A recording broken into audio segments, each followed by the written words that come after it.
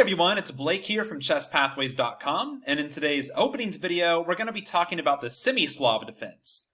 So the Semi-Slav Defense begins with d4, d5, c4, c6. We have a Slav defense, knight c3, knight f6, knight f3, and now instead of going into the mainline Slav where black takes on c4, black's just going to play this move e6. And of course, this can be reached by other move orders as well. We could start with the Queen's Gambit decline with e6 on move 2, and black playing c6 on move 4, but this right here is the starting position of the Semi-Slav. Now, I'm a huge fan of the Semi-Slav. It's been my main weapon against d4 for over 8 years now as black, and I think it has a reputation as being passive from a lot of people who don't understand it, when nothing could be further from the truth. In fact, against almost anything white plays against you, there's the potential to get a crazy, wild, very tactical game. I think some people think of it as passive because of this very unassuming, sturdy, kind of triangle setup here, but let's take a look at what can happen. First of all, white has a choice to make here. This c4 pawn is still hanging. Black didn't take it last turn, they played e6 to open up this bishop and stabilize their center a bit more, but if white doesn't defend that pawn, black's going to be able to take it next turn and probably be in a better position to do so, depending on what white does. So white can play e3 if they want and defend that pawn, but that also blocks in the bishop. Or white could move that bishop out. So white's two main moves are bishop to g5 and pawn to e3. Let's go ahead and take a look at e3 first. So after e3, black can play knight b to d7, and the point is black's waiting for white to move this bishop before taking on c4. We're going to see how black's going to solve the problem here of the bad light bishop. Very often black's going to take on c4, then strike with b5, put the bishop on b7, and later play c5, and this locked-in light bishop is suddenly going to be very good on the long diagonal. So let's take a look.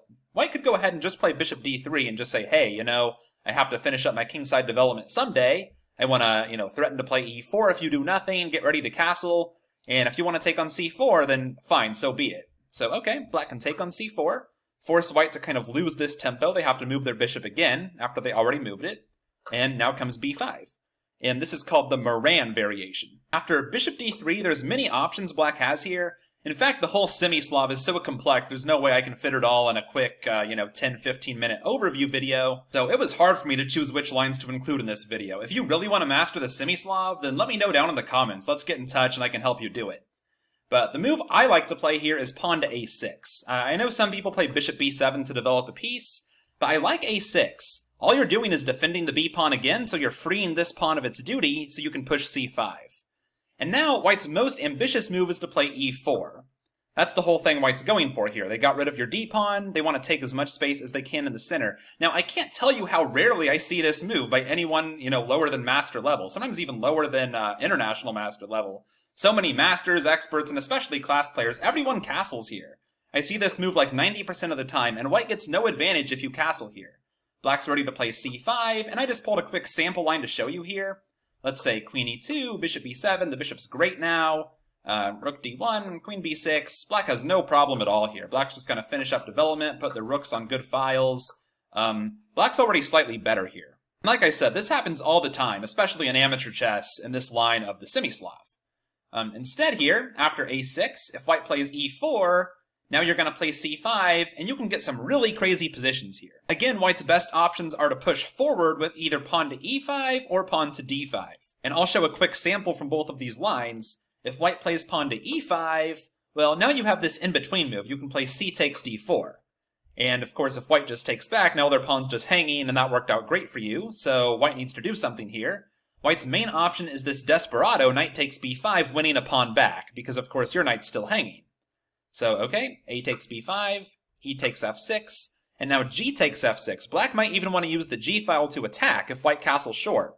Let's go ahead and take a look. Castles, queen b6, queen e2, attacking this b5 pawn again. By the way, white couldn't take that pawn last turn, because of course queen a5 would win the bishop, and white could win this pawn, but it's pretty risky to take without castling. I had someone play this against me once, but the problem for white is after queen b6, what do you do here? If you play bishop e3, now comes bishop b4 check.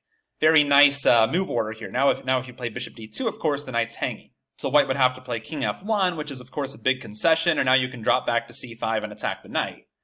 If white, on the other hand, moves this knight, let's say they play, I don't know, knight b3, then simply rook g8 is already pretty strong. What does white do here?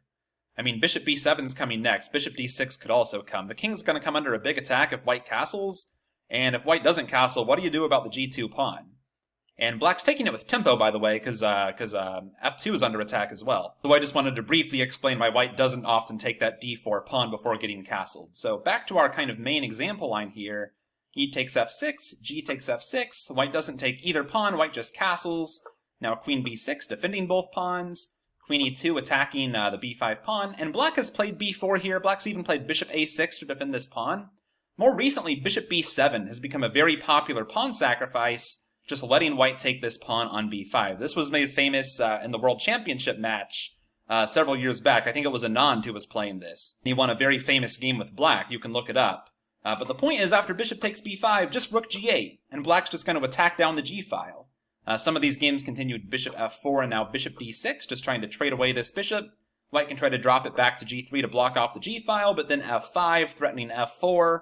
And the bishops here aim towards the king, the rook aim towards the king can even come to e7 in some lines, and this other rook can join in. And black gets a pretty big attack here. So that's a sample of what can happen in this main position of the Moran when white plays e5. What if white plays d5? Well, now black can push onward with pawn to c4. Black has this nice 3-on-2 pawn majority here on the queen side and gains this tempo on the bishop. They also have this outpost here on c5 they can work with. So I'll just show one sample line here. Let's say d takes e6, f takes e6, bishop back to c2, queen c7, castles, bishop b7, knight g5. This is pretty common in this line to go after this isolated e-pawn. But black can make use of this c5 square and play knight c5 to defend it. Really, the battle is going to be about these warring pawn majorities, right? White has the 4-on-3 kingside majority, black has the 3-on-2 queenside majority, which could become a passed pawn, which would be very valuable, especially in an endgame. So often white temporarily sacrifices this pawn with e5 just because they want to open this file before black can get castled. So after queen takes e5, rook e1, white can win a pawn if they want to, but after queen d6, white's going to have to trade queens if they want to win this pawn. So queen takes d6, bishop takes d6, and now knight takes e6 is the most direct way to win the pawn back, but it doesn't score very well for white. After simply knight takes e6, rook takes, king d7, we just end up in this endgame, which is kind of what black wanted. Now the centralized king's not so bad, now the 3-on-2 pawn majority is probably more valuable, and the two bishops are very active. Black can quickly contest the open file, this rook's still not in the game. Black's better here. Instead, white should explore a more sophisticated way to win the pawn back. Instead of knight takes e6 right away, white usually plays bishop e3, just finishing up their development and threatening to remove the defender here so they can win the e6 pawn. Just to show a sample line here, castles, there's no way for black to really defend that pawn so well. So just castles, rook d1 with tempo attacking the bishop, bishop back to e7, bishop takes c5, and now knight takes e6. And the game is still very double-edged. In this endgame with opposite side majorities, materials equal, but white has this kind of burst of activity for the short term. They have this active knight on e6, and they have the open files, but black would love to create a passed pawn here on the queen side. So we've covered a lot of what can happen in this Moran variation with bishop d3 on move 6, when black takes, plays b5, a6, and c5. As you can see, it can be a very dynamic, double-edged position. This is the Moran variation. Now let's talk about the anti-Moran variation. So in the anti-Moran, going back to our starting position, white's still going to play e3 and defend this pawn, but after knight b to d7, they're not going to play bishop d3 right away, because they know that black's waiting for that move to take on c4. Instead, white's going to play queen c2, which is a nice multi-purpose move. This move also potentially prepares e4 later, just like bishop d3 does, but now black can't really take on c4 too easily, because now white just gets a free extra tempo. It's kind of a big improvement there for white compared to the Moran variation we just looked at, because this bishop doesn't have to move twice, it only has to move once. Very often here, black just keeps developing with bishop d6, and I'll show you a couple sample lines of how the game can go from here. White could play bishop d3 here, and then black usually takes on c4. The lines are pretty different from what we just looked at. Obviously, that position was very sharp, and one small little detail can change a lot, but I didn't want to show that because I already showed that idea, where bishop d3 gets met with d takes c4. One idea is b3, just making sure that black can't really eliminate this c4 pawn, because now if they take, of course, another pawn's just taking its place, and white just wants to finish up development and maintain this space advantage. But black can develop pretty comfortably here too. Let's say castles, bishop e2, b6, this bishop can just come to b7, castles, bishop b7, bishop b2, queen e7, The rooks come to the open files, white can drop this bishop back out of the way, and now black sometimes plays c5 and sometimes plays e5. Black's going to get their chance to strike back at the center after they finish up development. White can also play more ambitiously. This is an idea that looks very much like how Shirov kind of revolutionized opening theory, playing g4 at every opportunity. After bishop d6, g4 here is a move as well. The point being, of course, that after knight takes g4, rook g1, and there's some pins down this file, and white gets this activity. Black can try to play this kind of position. Some people even play, h5 here or something.